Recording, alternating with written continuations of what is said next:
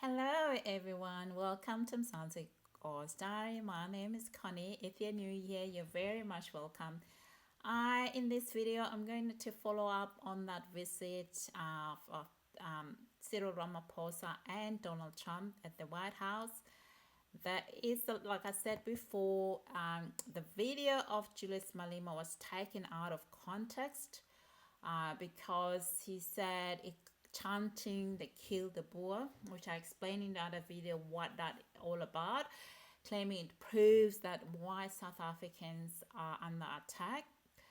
But as I said, it stripped out the history, it also the culture and also legality of it. All right. So in South Africa, like I said, freedom of expression is protected under Constitution's Bill of Rights, where whether it's Julius Malema or smaller political party, they have every right to protest and chant and speak louder. And the first chanting that started with that video was Malema in Parliament. They were discussing this Expropriation Act. So that is actually not a problem, especially when we know that historic injustices and also economic exclusion when related to Black South African participating in democracy. Now this is very bad. These are burial sites right here. Burial sites.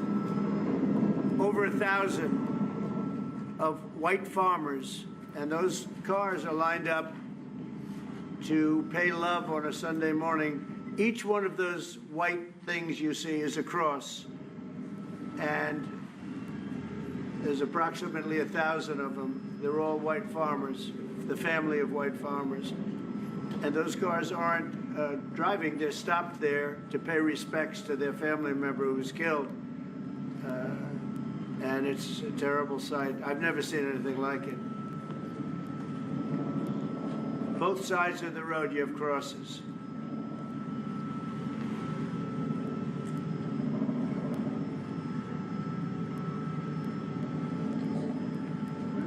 Those people were all killed.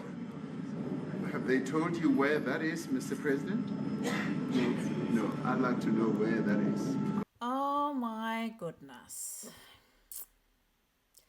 Yeah, that video, as I said in the last video, that video was it was false, actually. That video, the context about that video, completely wrong, false and misleading.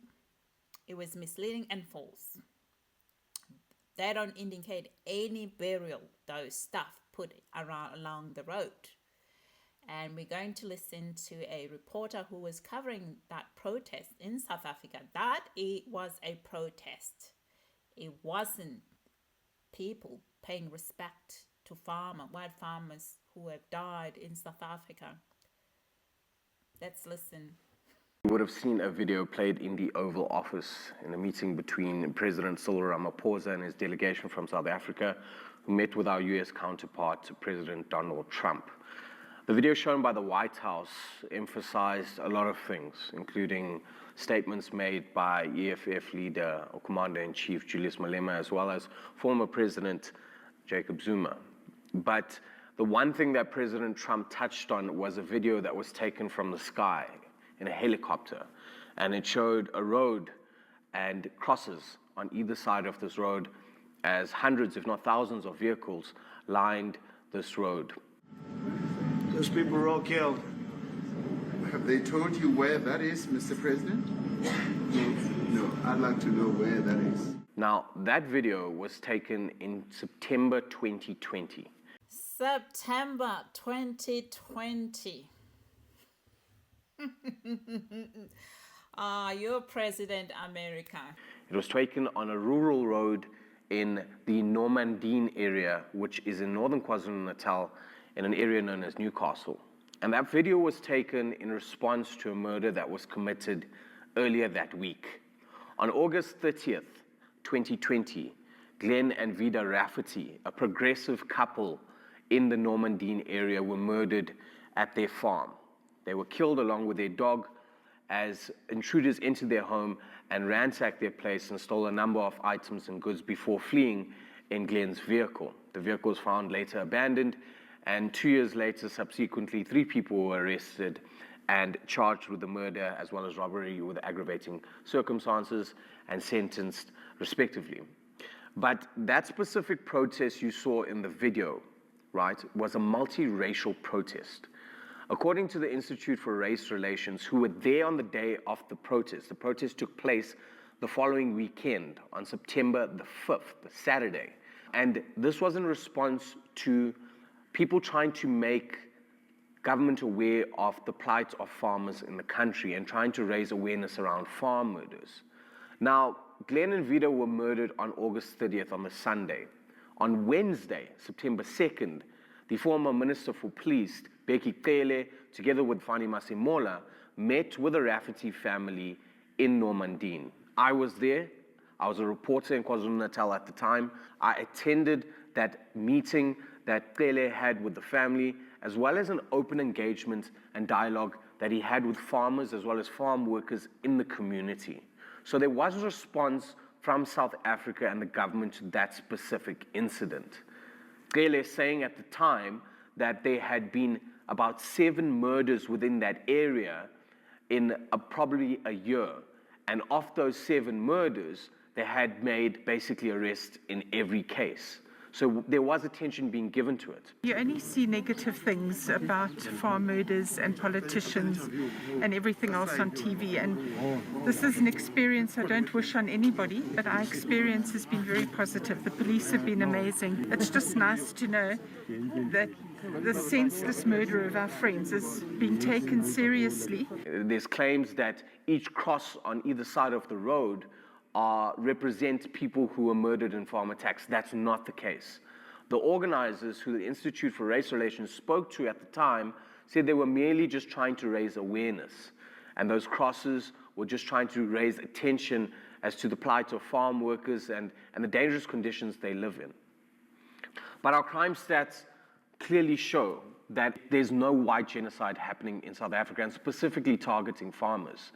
Last year, in the third quarter of 2024, 12 farm murders were committed in South Africa, and these were farm workers as well. Of those 12, and bearing in mind that 7,000 people were murdered in the third quarter of 2024, only 1 was a farm owner. The rest were farm workers, the rest were people who lived on small holdings and rural areas that can be considered as farm holdings. It must also be noted that President Donald Trump held up a number of articles claiming to show white genocide happening in South Africa. Some of these articles weren't even from South African media or reputable media houses in South Africa. One article we looked at was published from the DRC. It didn't have anything to do with South Africa. South Africa's got a crime problem. We don't have a farm murder problem. And that's the truth. For Eyewitness News, I'm Arun Singh. So this video had been on social media for a couple of weeks before Donald Trump showed this one. And like I said, the one for Julius Malema was taken out of context, and so that it can have impact that they wanted to show that there is really genocide, but there's nothing.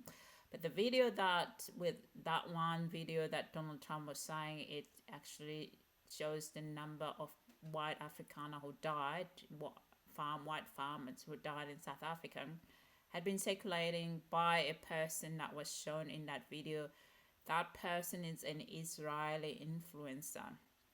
I just wanted to give you context on it because I had a look at his profile.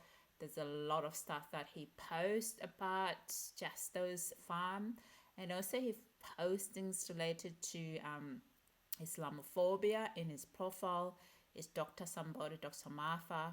Yeah, he posts a lot of stuff related to white Afrikaner, that sort of myths of white Africa or white South African genocide sort of. Yeah, that person is an Israeli influencer who had been circulating this video. It's circulated, is propagated in the feed of X feeds about 2 weeks before, it's been going on and be circulating there. And like I said, Elon Musk has been trying to muck around with the crocs, and Croc sort of, said, yeah, it was him who was trying to change the facts. And so he can change algorithm in a way that you might find yourself on X getting these feeds that you actually don't want to, look at. People can manipulate the algorithm to suit themselves, which is actually dangerous. But this is how they're doing it now. It's actually propagate fake information that don't have any evidence, as you've heard from the actual facts. That's something that what he's just said now, it's a fact, because I've looked at it before. I've looked at it many times. As soon as I hear the story, I went straight to the source, the primary source, and I could confirm that I made my own assessment. This was a gibberish. All right, it was just something that they wishful thinking. I don't know why they would wish that on themselves, really. But it's about creating this victimhood narrative. They're victim of something, But anyway, so hopefully with this section, we're able to give you some background. I'm still going to go through this thing about Ramaphosa and Donald Trump. There's a lot of stuff to unpack on this video, on that encounter, mainly around Ramaphosa and the other people that he brought in there, and just give you guys some analysis. All right, I like to go beyond just what you're seeing, beyond the headline. That's what we do here. We go to the anatomical structure, what makes this stuff, to give you some more background and detailing. All right, thank you guys for listening. If you're new here, please consider subscribing. Until next time, see ya.